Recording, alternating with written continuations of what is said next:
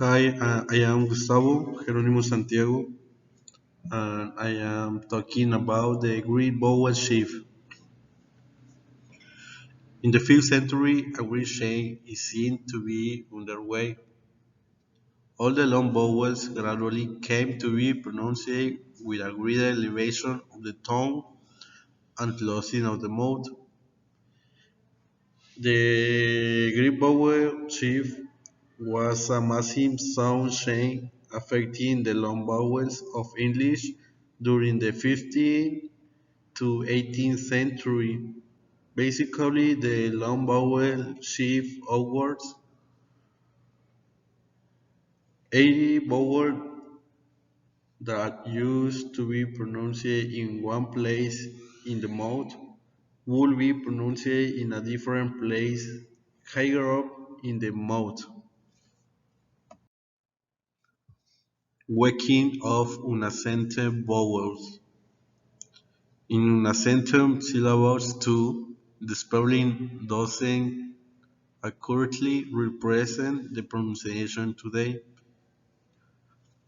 This is because in all periods of the language, the vowels of unstarted syllables have had a tendency to weaken and then to disappear.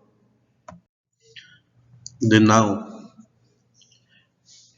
The all inflection retained in the noun were, as we have seen above,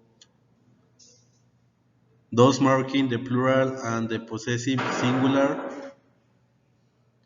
In the former, the is plural had become so generalized that, except for a few nouns like sheep and swine with unshaped plurals, and a few others like mice and feet with mute vowels,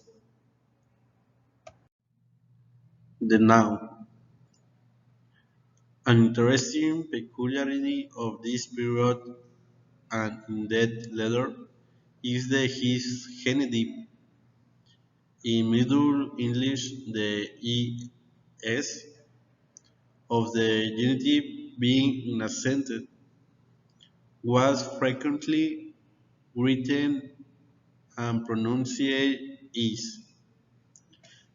The ending was thus often identical to the pronoun "his", which commonly lost its when unstressed.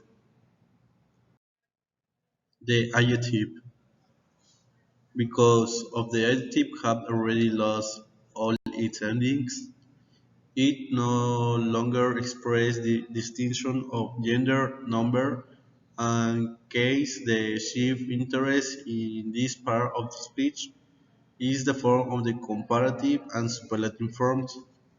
As we know, the adjective is a word that modifies a noun or noun phrase or also describe its referent. Its semantic role is to share information given by the noun. The comparative adjectives are used to compare one noun to another noun. In this instance, only two items are being compared. For example, Perla might say that Alan is taller than Giovanni, and superlative adjectives express the extreme or highest degree of a quality. We use a superlative adjective to describe the extreme quality of one thing in a group of things. The pronoun.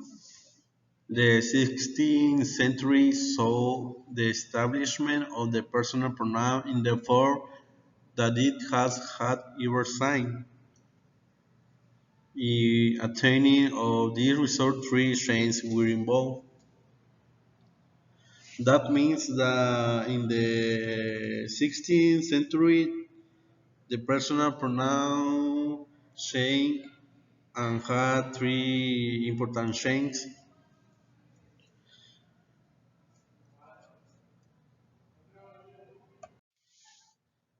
The first one was the issues of tau, t, and t, the substitution of u for ye as a nominative case, and the introduction of it as the possessive of it.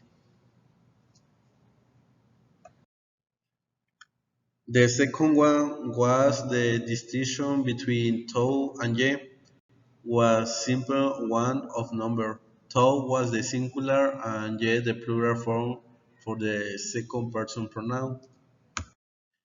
And the third one, in the 13th century, the singular forms tau, t, and t were used among familiars and in addressing children or persons of inferior rank, while the plural forms ye, your, and you began to be used as a mark of respect in addressing a superior. Here we have the word, the translator, and how we use thought that now is you. Use you is the subject of the sentence.